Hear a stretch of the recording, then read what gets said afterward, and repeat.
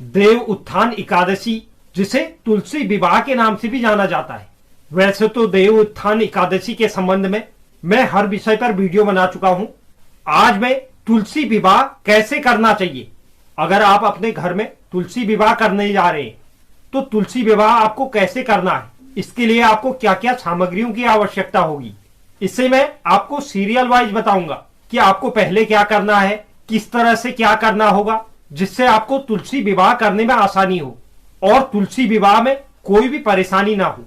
साथ ही किस समय अवधि में आपको तुलसी विवाह करना है, उसके लिए शुभ मुहूर्त क्या है, और तुलसी विवाह एकादशी तिथि को होना चाहिए या द्वादशी तिथि को होना चाहिए, इन सब विषयों पर इस वीडियो में मैं स्पष्ट पूर्वक चर्चा करूंगा और आपके सभी डाउट क्लियर हो जाएंगे। हिंदू धर्म में तुलसी को माता का दर्जा दिया है, इसके चलते जो तुलसी विवाह है उसकी धार्मिक मान्यता काफी अधिक बढ़ जाती है। यह जो मैं आपको विधि बताने जा रहा हूं, इस विधि से आप किसी भी तुलसी एकादशी में तुलसी विवाह कर सकते हैं। माता तुलसी का विवाह शालिग्राम के साथ बड़े धूमधाम से किया जाता है, यानी कि आप इसे यह समझ लीजिए जैसे कि घर के किसी सदस्य का विवाह होता है, ठीक उसी तरह से तुलसी विवाह भी किया जाता है।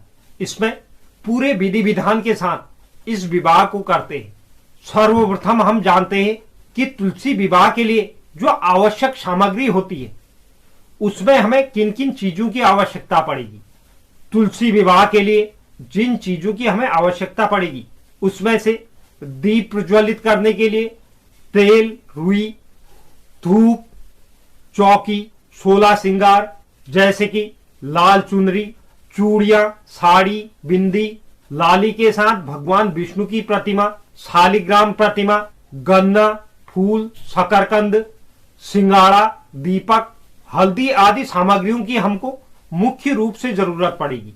इसके अलावा देव प्रबोधिनी एकादशी से कुछ वस्तुओं को खाना आरंभ कर दिया जाता है, इसलिए आप चाहे तो भाजी, मूली, बेर और आंवला जैसी सामग्री आप पूजन में शामिल कर सकते हैं।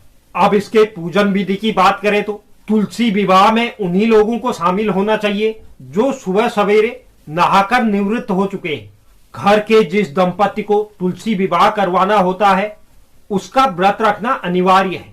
जो हमारी धार्मिक मान्यताएं हैं उसमें जो भी तुलसी विवाह करवाता है उसे कन्यादान के बराबर पुण्य की प्राप्ति होती है, यानी कि जिन भी दंपति की कन्या नहीं है उसे जीवन में एक बार तुलसी विवाह जरूर करना चाहिए और तुलसी कन्यादान का सौभाग्य प्राप्त करना चाहिए।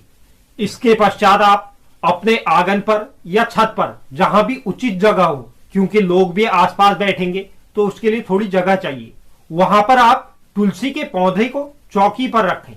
चौकी पर आपको उससे पूर्व लाल वस्त्र बिछा लेना है, उसके बाद आप तुलसी के पौधे को चौकी के ऊपर रखें। आपने अगर पौधा गमले में रखा है तो उसी गमले में आप भगवान शालिग्राम की प्रतिमा को भी स्थापित कर दें। उसके बाद आप उसी के बगल में यानी कि चौकी के ऊपर ही एक कलश भी स्थापित करें। कलश में आप आम के पत्ते डालकर उसके ऊपर नारियल भी रख दें और ठीक चौकी के सामने आप जो भी पूजा सामग्री लाए हैं उसे आप चौकी के सामने रख दें। इसके पश्चात तुलसी के गमले को आप सजाएं, यानी कि उसकी साज सज्जा करें। ठीक उसी तरह से करें जैसे कि आप किसी दुल्हन को सजा रहे हो। साथ ही आप वहां पर मंडप भी तैयार करें जिसे आप गन्ने के पेड़ों से सजाएं। इसके पश्चात माता तुलसी और शालिग्राम की पूजा की जाती है। आप रोली, चंदन, टीका लगाएं और शालिग्राम को चावल नहीं चढ़ाया जाता, इसलिए आप तिल या जौ का उपयोग कर सकते हैं। साथ ही दोनों को हल्दी का लेप लगाएं और यह मैंने आपको बता ही दिया कि तुलसी के ऊपर गन्ने के पेड़ों का मंडप भी बना ले। माता तुलसी को समस्त सुहाग सामग्री के साथ लाल चुनरी चढ़ाएं। इसके पश्चात आप शालिग्राम को लेकर तुलसी की 7 परिक्रमा करें। अगर आपने शालिग्राम को चौकी पर रखा है तो चौकी समेत जिन दंपतियों ने इस विवाह का आयोजन किया है उसमें से पति इसकी परिक्रमा करते हैं। ठीक विवाह की तरह ही इस समय जो घर के सभी सदस्य हैं या बाहर से आए हुए लोग वह मंगल गीत गाते हैं। इसके बाद कपूर से आप आरती करें, यानी कि आप आरती करते हुए माता तुलसी की आरती गाएं। इसके पश्चात प्रसाद चढ़ाएं और 11 बार तुलसी जी की परिक्रमा करें। इसके पश्चात प्रसाद को वितरित अवश्य करें और आप भी प्रसाद को मुख्य आहार के साथ ग्रहण करें। विवाह संपन्न होने के बाद माता तुलसी को आरती के साथ फल फूल अर्पित किए जाते हैं। प्रसाद में आप खीर और पूरी का भोग लगा सकते हैं।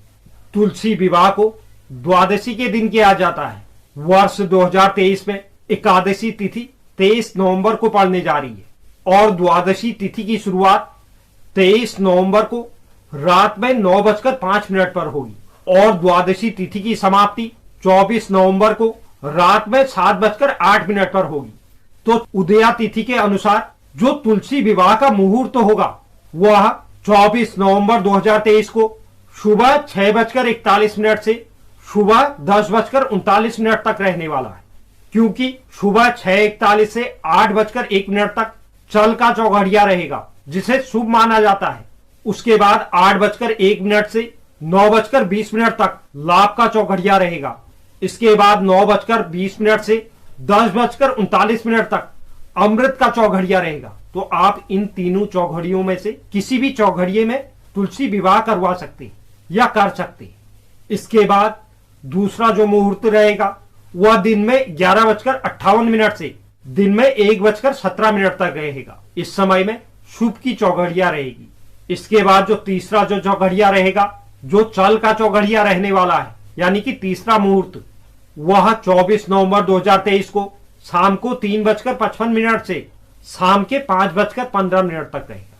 तो आप अपनी सुविधा के अनुसार इस समय अवधि के दौरान जो मैंने आपको 3 मुहूर्त बताए, इनमें से कभी भी आप तुलसी विवाह करवा सकते हैं। तो यह तुलसी विवाह से संबंधित जानकारी उम्मीद करता हूं आपको अच्छी लगी होगी। जो भी नए व्यूअर्स चैनल पे हैं, चैनल को सब्सक्राइब जरूर कर लें और बेल नोटिफिकेशन भी ऑन कर लीजिए, जिससे इस तरह की वीडियो का नोटिफिकेशन आपके पास सबसे पहले पहुंचे। और आप वीडियो को लाइक और शेयर भी जरूर करें। धन्यवाद।